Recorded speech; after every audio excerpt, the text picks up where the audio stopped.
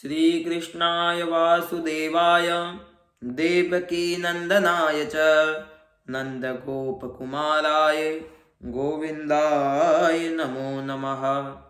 भक्त भक्ति भगवंत गुरु चतुरनाम बपुए, इनके पद बंदन किए नासत विघ्न अनेक।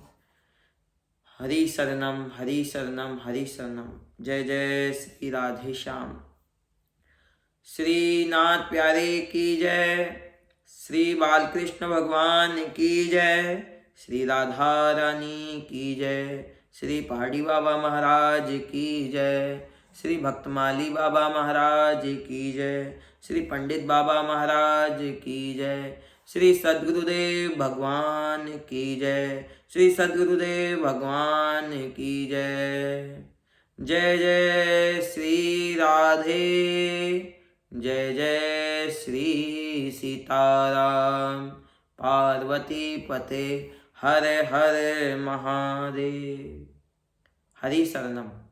वांछा कल्पतरु करुणा सिंधु दीन दयाल भक्त वत्सल श्री राधा गोविंद श्री बालकृष्ण भगवान की कृपा से आज हम वैसे तो गोपी भाव पे चर्चा करना हम नहीं कर सकते, लेकिन जितना हमने सद्गुरुदेव भगवान, भाई जी और कुछ ग्रंथों में श्रवण किया है, उसी को हम सब आज गोपी भाव की हम चर्चा करेंगे।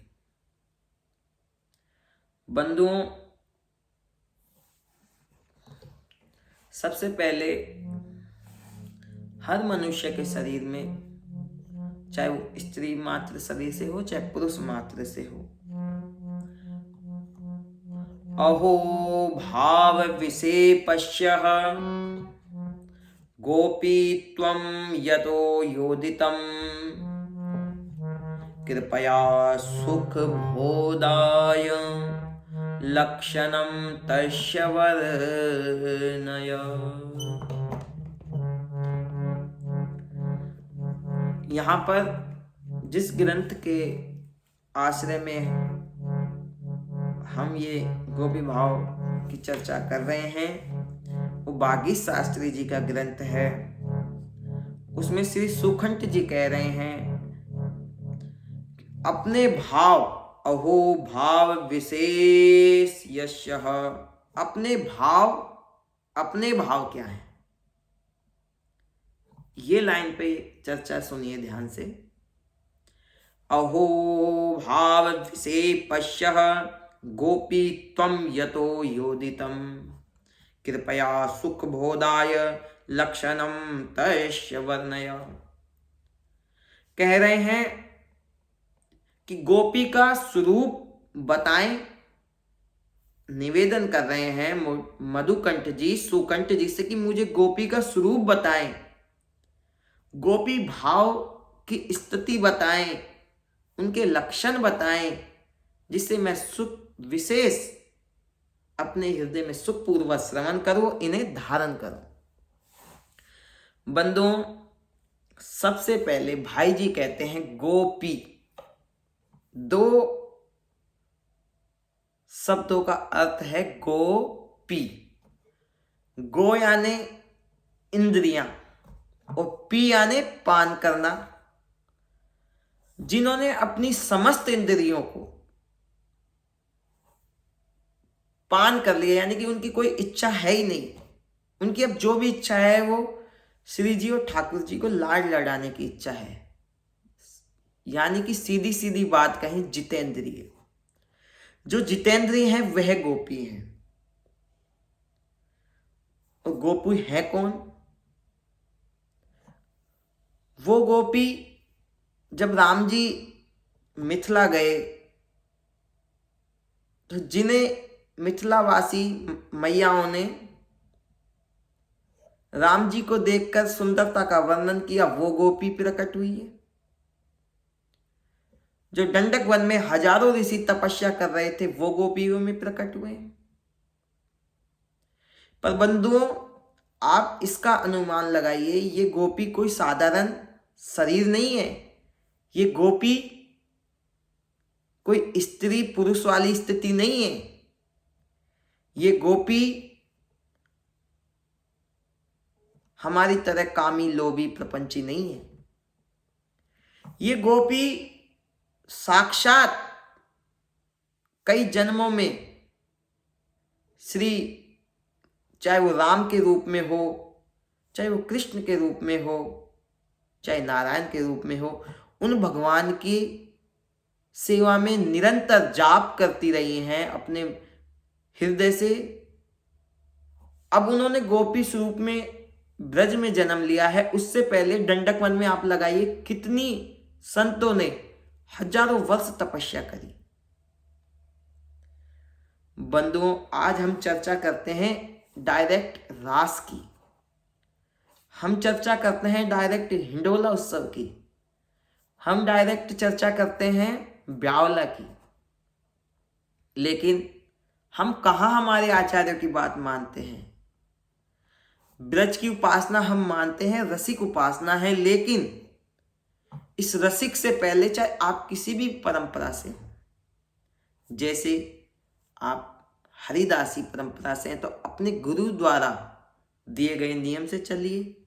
आपके गुरु समर्थ हैं, वो आपको निकुंज में, रास में, श्वेता, उनकी गुरु की कृपा से आप जा सकते हैं।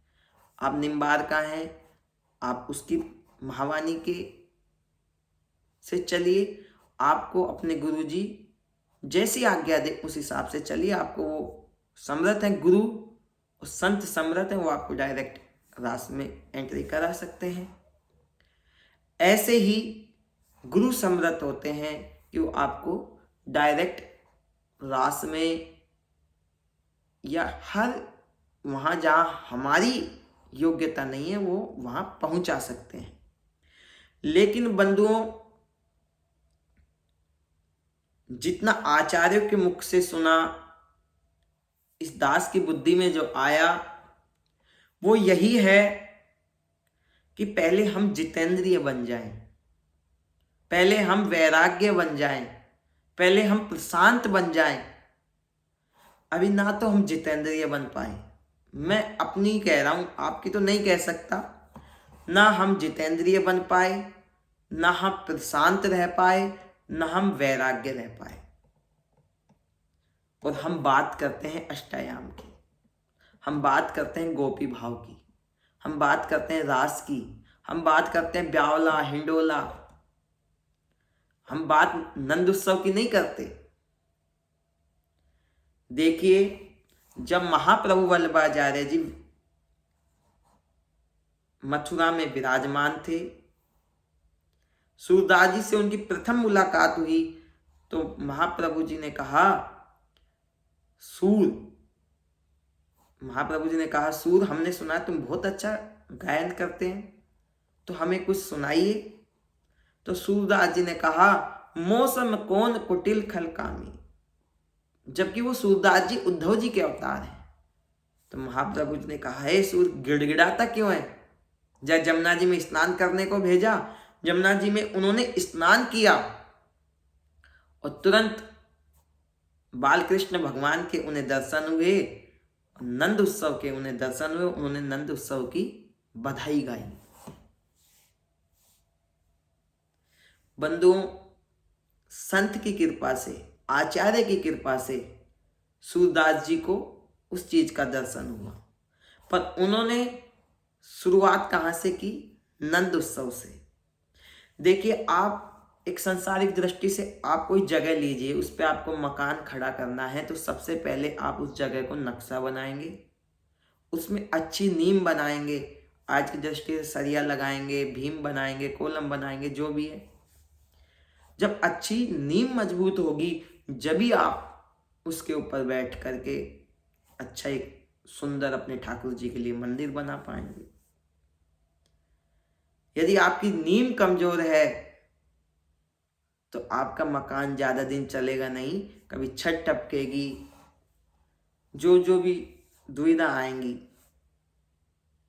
इसी प्रकार आप किसी भी परंपरा से हो, श्री हरिदास, श्री हरिवंश, श्री सीताराम, राधे कृष्णा कृष्णा कृष्णा राधे राधे, राधे श्याम श्याम श्याम राधे राधे, हरे राम राम राम हरे हरे महामंत्र या किसी भी संपदा से आप हो, सबसे पहले यदि इस दास की बुद्धि में कुछ आता है तो जो अपने गुरु द्वारा दिया गया मंत्र है उसे निष्ठापूर्वक जपिए। जितनी गुरु बताए उससे कहीं दुगना हमारा नियम बनता है। गुरु के द्वारा बताए गए नियम से ज्यादा हमें उस नियम को करना चाहिए। जब हम वो निरंतर गुरु द्वारा दिए गए मंत्र का उच्चारण करेंगे, जाप करेंगे, तो उस मंत्र का गुरु द्वारा दिए गए मंत्र का एक मंडप, जैसे कि श्री जी ठाकुर जी रास मंडप पे नृत्य करते हैं, तो गुरु द्वारा दिए गए मंत्र का इतना जाप कीजिए कि उस मंत्र का मंडप हमारे हृदय में बन जाए और वहां प्रिय प्रीतम आकर के विराज जाए। पर अभी हमने इतना नाम जप किया ही नहीं कि हमारे प्रिय प्रीतम हमारे हृदय में, अभी हमने नाम जप का मंडप बनाया नहीं जिसमें प्रिय प्रीतम आकर विराजमान हो जाएं। और हम बात करते हैं अष्टयाम की, हम बात करते हैं ब्यावला की, हम बात करते हैं हिंडोला उत्सव की। बंधुओं, ये बात सत्य है कि व्यवहारिक लीला होती है और वास्तविक लीला होता है। व्यवहारिक लीला से ही वास्तविक लीला प्रकट होती है, लेकिन व्यवहारिक लीला के साथ साथ हमें अपने नाम नहीं छोड़ना। आज हर घर में ठाकुर सेवा चलती रहती है, अच्छी बात है, लेकिन हम ईमानदारी से अपने हृदय में देखें तो हम कितना नाम जप करते हैं। नाम जब तक हम नहीं करेंगे, जब तक हमारे हृदय में प्रिय प्रीतम का रास मंडप नहीं बन पाएगा। तो बंधुओं देखो, श्री हरिदास परंपरा के आचार्य श्री हरिदास जी महाराज, उनकी क्या रहनी थी। खुद खाते थे दाल बाटी, ठाकुर जी को कुछ भी भोग लगाते थे, उनको मोरों को खिला देते थे, बंदरों को खिला देते थे, पर खुद सूखी दाल बाटी खाते थे। कितना वैराग्य था उनके जीवन में। और हमारे जीवन में क्या वैराग्य, हम जो ठाकुर जी को खिलाते हैं उससे अच्छा खाने की हम चेष्टा करते हैं।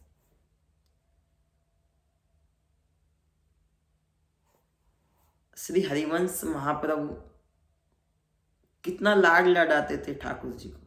राधा राधा, निरंतर राधा राधा नाम का जाप करते थे। किसी ने वैराग्य का सहारा लिया, किसी ने नाम का सहारा लिया। देखो, वैराग्य का सहारा भी लेना पड़ेगा, नाम का सहारा भी लेना पड़ेगा, जितेंद्रिय भी बनना पड़ेगा, प्रशांत भी बनना पड़ेगा। सर्वगुण संपन्न जब होता है प्राणी, जब कहीं गोपी भाव में आप जा सकते हैं। लेकिन सबसे पहले हमें सर्वगुण संपन्न, जितेंद्रिय, प्रशांत, वैराग्य बनना पड़ेगा। पर अभी हम कहाँ बनते हैं। भगवान के नाम पे हम अच्छी चीज खाते हैं। अभी चलो ये भी अच्छी बात है, लेकिन भगवान को कोई उत्सव की जरूरत नहीं है। भगवान का उत्सव आपका हृदय है। अब एक बात सोचिए, मैं इस योग्य नहीं हूं कि मैं आपको कुछ समझा सकूं, लेकिन सदगुरुदेव भगवान ने हमें एक बहुत अच्छी बात कही। मैं उसे हमेशा रोजाना एक बार स्मरण जरूर करता हूं कि हनुमान जी ठाकुर जी को जितना सुगम तरीके से, सहजता से आपके पास आ जाए, उसमें ही अपने ठाकुर जी को खुश करने की चेष्टा करनी चाहिए। दूसरे से कुछ मांगना नहीं चाहिए। पर हम क्या करते हैं, हम ठाकुर जी का उत्सव करते हैं। आज हमारे ठाकुर जी का उत्सव बद्री विशाल, अयोध्या या कहीं भी करेंगे तो इतने रुपए की टिकट है, यहाँ खाने की स्टॉल लग रही है। ये बड़े लोगों के काम है, इनकी चर्चा करना भी हमारे लिए अपराध है।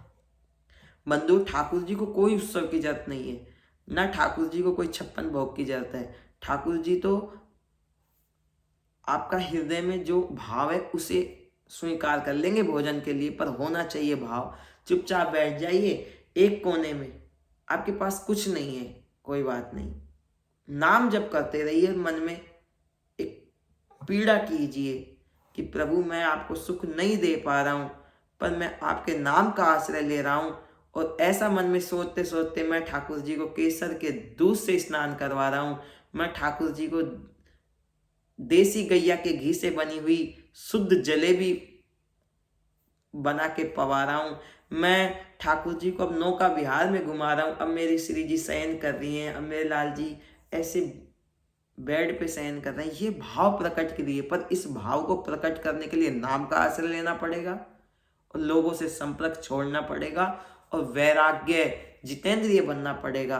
पर हाँ, हमको हृदय में पीड़ा करनी है कि प्रभु मैं आपको रोते रोते आंसुओं की धारा से नाम जप, श्री सीताराम, श्री सीताराम, श्री राधे श्याम, श्री जो भी आपका मंत्र हो, ऐसा मन में बोलते बोलते हमें काफी मतलब अफसोस नहीं करना है कि मेरे पास कुछ नहीं है। रोते रोते एक पीड़ा का अनुभव करते हुए हमें ठाकुर जी को मानसिक सेवा में करना चाहिए। आपको जितना सुख टिकट बांट के, मेरी भाषा में बोले तो टिकट काट के या बांट करके उसको, अब देखिए ठाकुर जी का उत्सव कर रहे हैं, ठाकुर जी का जन्म उत्सव मना रहे हैं, पाठोत्सव मना रहे हैं, हजारों लोगों को हम बुला रहे हैं और हजारों लोगों में कोई एक बिरला ही होगा जो ठाकुर जी से ठाकुर जी की प्राप्ति मांगेगा, भक्ति मांगेगा, प्रेम मांगेगा।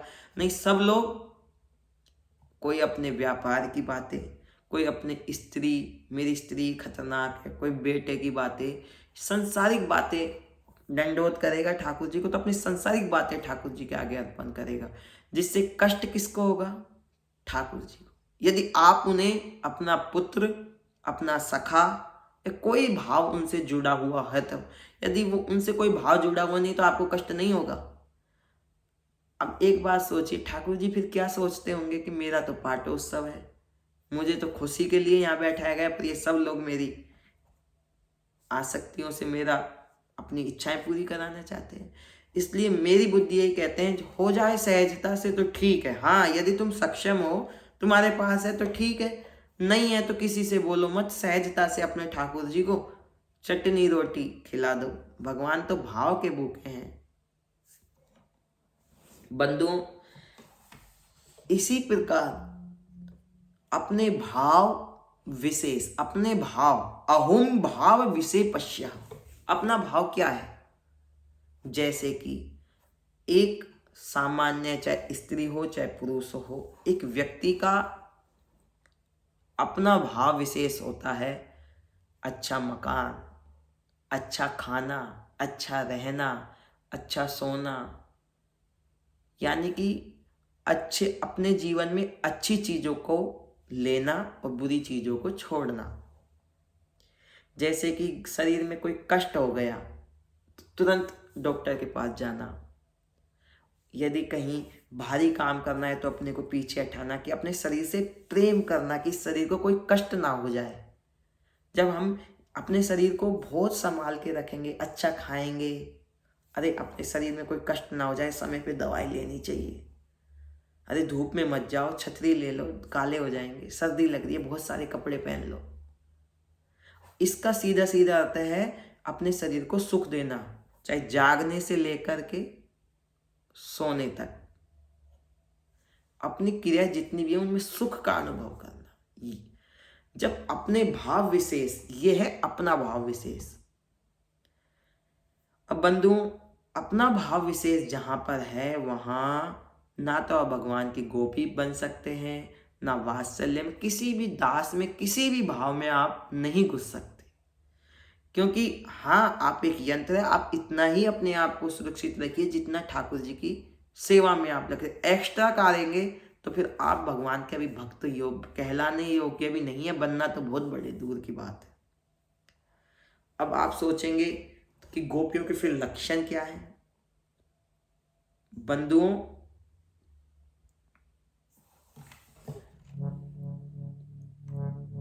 आज की चर्चा हम यहीं अहो भाव विषय पश्य, अपने भाव, अपने सुख सुविधाओं को त्यागना ही गोपी भाव है। आगे के लक्षण, गोपियों के लक्षण, हम यदि ठाकुर जी की कृपा हुई, हमारा कोई ऐसा तो है नहीं कि हमको बोलना ही बोलना है, जैसी श्री जी की इच्छा होगी, श्रीनाथ जी की इच्छा होगी, सदगुरुदेव भगवान की इच्छा होगी, आगे फिर चर्चा करेंगे। इसी के साथ हम अपनी वाणी को विराम देते हैं। जय जय श्री सीताराम, जय जय श्री राधेश्याम। श्री राम जय जय